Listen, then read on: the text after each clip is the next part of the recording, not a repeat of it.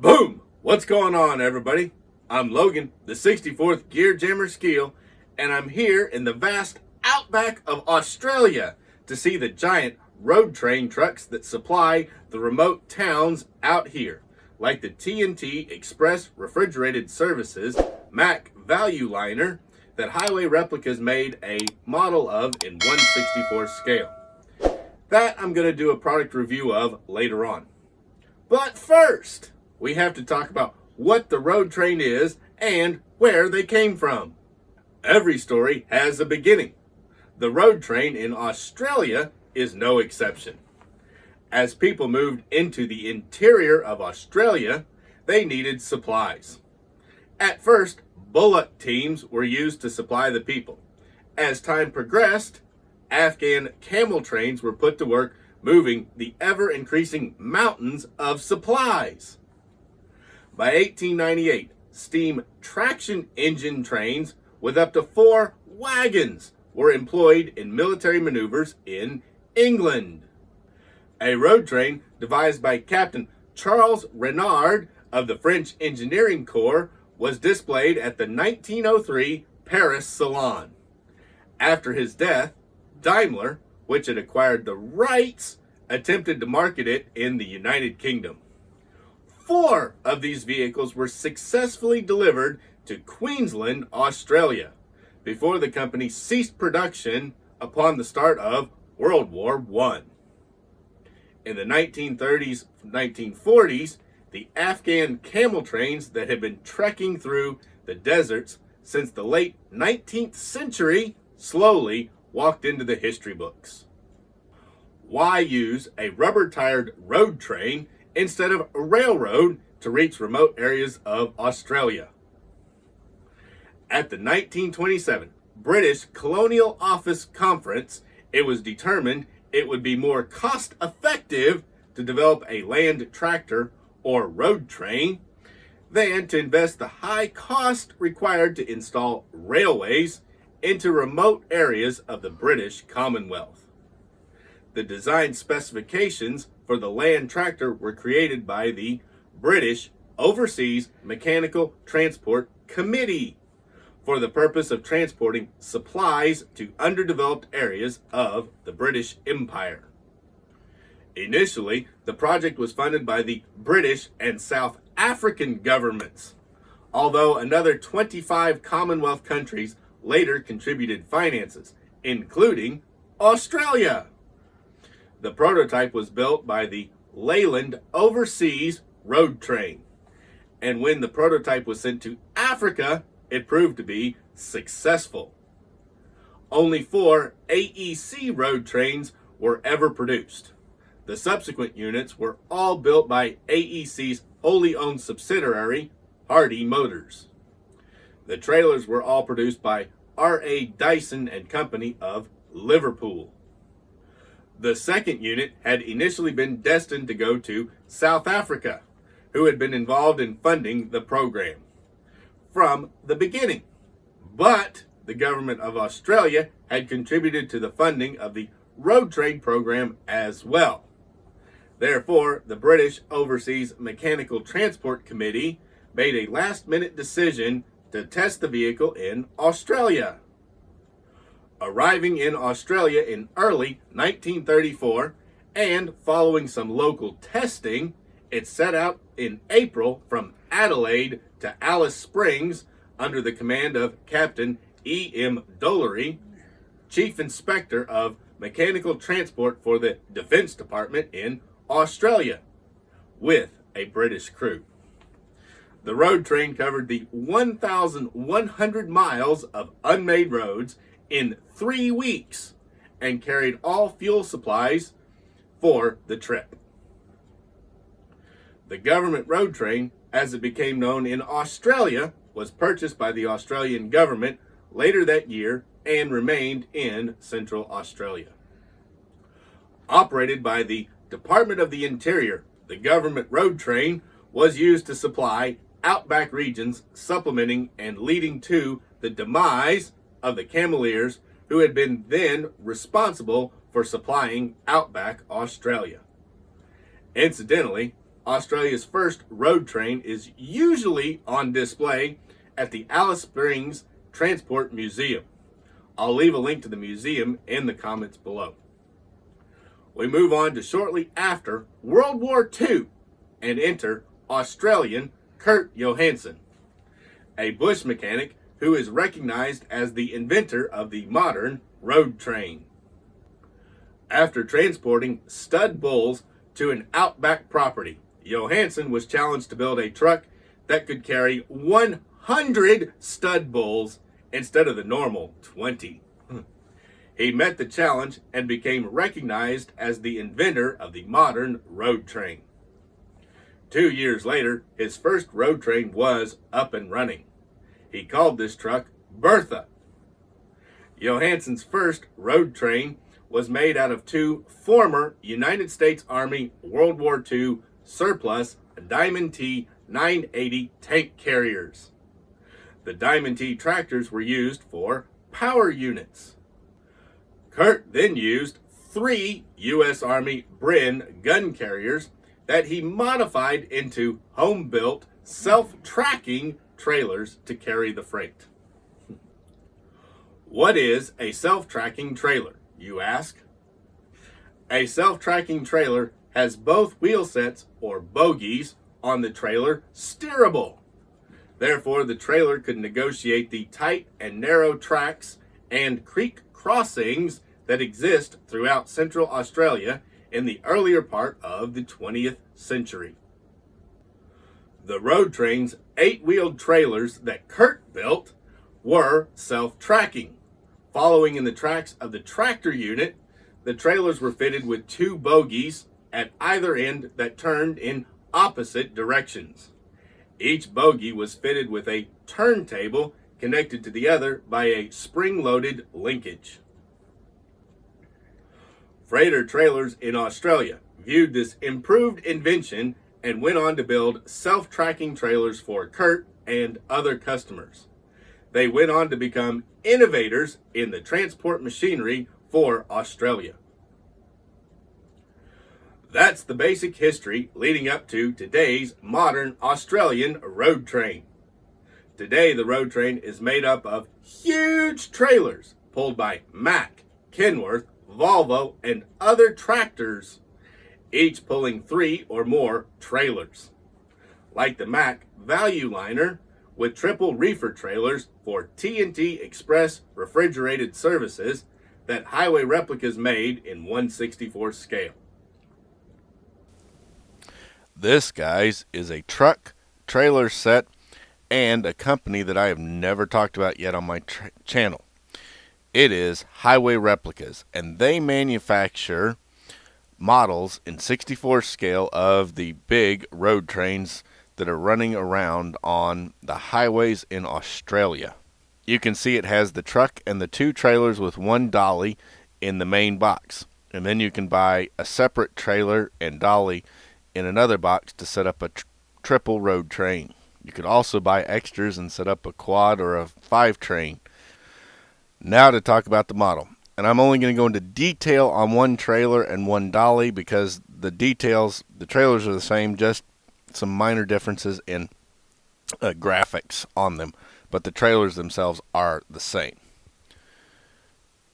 It is unfortunately a plastic trailer, and you can tell it's plastic. It has a die-cast chassis underneath it. There are air brake canisters on all 3 axles, spring suspension, and then you can see it has a very nice tread pattern tire on it. There are soft rubber tires sitting on Dayton spoke type wheels, which are still very, very common in Australia, unlike up here where we run mostly chrome or aluminum polished wheels. They run these old Dayton steel wheels, mainly because they're far more durable for the harsh conditions that they have to deal with. It has a spare tire carrier with 2 spare tires, and they have wheels and spokes. Well, they should just have the wheels, but oh well. I know why they did that. It's all in manufacturing. There's a fuel tank there for the reefer, and it has the wheel type, the steel wheel type landing gear. Now the landing gear is fixed. It doesn't go down. It's in that position, and it will stay in that position always. Their kingpin is a real tiny straight kingpin, which will hitch up to their dolly and their trucks. It'll also hitch up to the American trucks. Not sure our trailers will hitch up to theirs, though, because that pin is smaller than ours. It has mud flaps and a rear bumper. On the side, it has TNT Express Refrigerated Services, the white with the orange stripe. Then it has marker lights across the bottom, and no marker lights tampoed on the top. Now I'm doing this side first because this actually is the driver's side down there, not the passenger side. Bring it up close, and it says, it's got a graphic right there about that says Max Cube, meaning this is the biggest they can go. It has a Thermo King reefer mounted on the front, and it has the white with the orange stripe, and then the silver detailing. Thermo King logo there, and another Max Cube over here on the passenger side, which is our driver's side. Now you can see curbside for them. It has a service door on this trailer so that you could get into the center of it without having to get in the back. The door doesn't open, but it has nice tampos and molded in details. Marker lights across the bottom and nothing across the top. And then you can see same wheels on this side. Really nice wheels and tires. It has on the back, you can see just plain white mud flaps. TNT Express Refrigerated Services tampoed on the door, and then it has the white with the orange stripe, and then 4 cam locks to lock that door. And then it has 2 warning signs that are tampoed. They're yellow and red, and it has do not overtake turning vehicle on it. Also note, it has square, more European style taillights where they're just big square bars with orange turn signals, where up here we just use 2 round lights, maybe 3 at times. There's a license plate, and it is black with white background and black letters. And then you can see the hitch pin, that's where the dolly hooks up to it. Roof of the trailer is just plain white. Again, you can see the license plate numbers are different. It has red lettering, and this one has black lettering. This trailer also comes with the road train sign on the back. And this trailer was the second trailer in the box with the 2 trailers and the tractor. And this is the spare trailer. So you'd have to put this one in the middle and put this one at the end if you're setting this up correctly. And there's the other trailer that came with the truck in the box. And note, 2 different license plate numbers. One has 343305 and one has 343306. Just different license numbers. And that's the only difference in the trailers, is the license numbers and that road train banner. Now here is the 2-axle dolly that they use.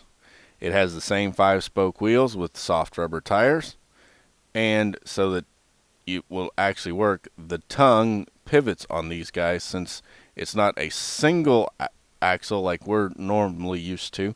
We do have tandem axle dollies up here, but normally we just have singles, and almost all the models that have been made are just singles. Up top you can see the 5th wheel, air tanks for the air brakes, and then you can see how this is hinged and the frame detail. There's also the tiny Lynette ring. This dolly will only hook up to their trailers because it is such a small diameter pintle hitch. Back, pull her up here, another license plate. It has brake light and turn signal, and then the white mud flaps with some markings to make it look like they're more visible. Same detail on this side. Then underneath you can see the Highway Replicas is cast right there, and air brake canisters, spring suspension on the axles. I'd imagine they run a lot more spring suspension due to the rough, harsh conditions their trailers are designed to run on. And this is the other Dolly. This is the Dolly that came with the truck. You can see the lettering on the license plate is in red, while the one on the extra trailer is in black. Numbers bars are also different. Only difference is that. Now let's pick up the road tractor and start off on the driver's side, which is the left side of the truck, whereas we drive on the right. Now this guy has silver rims and silver wheels on the Daytons on the rear, the spoke wheels, which is not the same as on the trailer. The trailers have black spokes and silver rims. They are 6-spoke wheels. Makes sense. This is a Mack. And then you can see up front it has a yellow. Then you can see up front it has a orange center cap that matches the TNT orange. Cab is white and orange with an orange frame. 2 fuel tanks on this side. Exhaust stack. Giant high rise, high intake way up in the air for the air cleaner. That way it sucks the cleaner air that's higher up than down below. It has Mack Value-Liner on the side of the hood. You can also see the Bulldog up on the hood. On the toolbox door there in the sleeper it says TNT Equipment, Bear Avenue, Neatley, South Australia. Fuel tanks, quarter fenders, and mirrors, air horns are all chrome plated. So is the deck plate up on top. Up here you can see it has a roof mounted air conditioner, 2 air horns, and roof mounted roof lights, which are individual pieces. They're cast, painted silver, well, chrome plated, and then a little bit of orange painted on them. It's actually kind of hard to tell. It almost looks like some of their chrome is not really chrome. It's more of a silver paint, a reflective silver paint than chrome. Onto the front. 2 headlights on each side in the fenders, and they are individual jewel style lights. Turn signals up on the top of the fenders that are just plain old turn signals. Back it up just a little bit and then we can see it all. Now it has the big road train grill in the front, road train banner, road on one side, train on the other, the TNT mud flaps hanging down in front of the wheels. Now this is an angled on each side push bumper, really nice. License plate there, yellow background with green lettering, and then 2 more great big lights to really light up the road when running down the road in the dark by yourself. There's a whip antenna for his radio and the Bulldog there. You can also see Mack written right above the grill and a very nice grill in there. Top of the hood there's also a black panel. That really makes it easy to drive when you're running out there. That white is really reflective of the sun, so a black panel on top of the hood is really nice. Mack air horns, they're the square type, which were common back in the 80s. Round to the passenger side, same details as on the other side. Now you can see how high up this thing mounts on the chassis because their trucks are much, much bigger than ours. They set up higher, get better commanding view of the road, and also bigger engines. Round to the back, TNT mud flaps, license bracket, square style brake lights, the Euro styles, with the amber turn signal in the center. It has a pogo stick with airlines on it. Mack is cast into the back of the sleeper, and then there's a window that's just tampo. No, it's an actual window, but it's dark black plastic, so you really can't see into the sleeper. Now inside the cab, it has the clear hard plastic windows with molded on windshield wipers, and then you can see in the interior, you can see over there it has a steering wheel on the driver's side, which is on the right in this truck, and it has 2 seats and dashboard. Really nice detailed inside. Underneath, no steerable axle. You can see how the bumper wraps around. Front spring suspension, rear spring suspension, air brakes, drive shaft, bottom of the engine and transmission details. Really, really nice. And then the rear differentials. A really, really nice model. And these guys are just not easy to find up here. Now let me hook it all up. And there it is, all hooked up. The Mack Value-Liner for TNT Refrigerated services with triple road train setup. 2 trailers in one box with the cab and 1 dolly. That comes as one piece. And then it has the extra trailer with extra dolly to make a true triple setup, which is most common running on their roads. It is 1/64 scale die-cast metal and made by Highway Replicas. How many of you guys knew that they used camel trains in Australia to supply the remote regions? Modern day road trains are the most efficient way to supply small remote areas in the vast outback and the lifeline of many small towns. It's great that Highway Replicas has started making true replicas of these awesome road trains for our collections. A special shout out goes to Simon Rogers of Tough Trucks Scale Models of Australia for carrying these models and shipping them to the USA. To get one of these while supplies last, go to toughtrucks.com.au to order or to purchase other great Australian truck replicas. For more info on what models will add value to your collection, like these Aussie road train models that are very rare up here in the USA, grab my free report with the link in the description below. I've got other stops on this trip to make to see road trains, so subscribe to my channel and ring the bell to get notified of all of my future videos and not miss a single road train video that is coming soon. Also, to really help me out with the algorithm, please smash that like button. It truly helps my small channel get promoted on YouTube. Thanks for watching, everybody. I'm Logan Skeele, the 64th Gear Jammer, and I'm going to head out. But I'll be back soon with another episode of Toy Talk.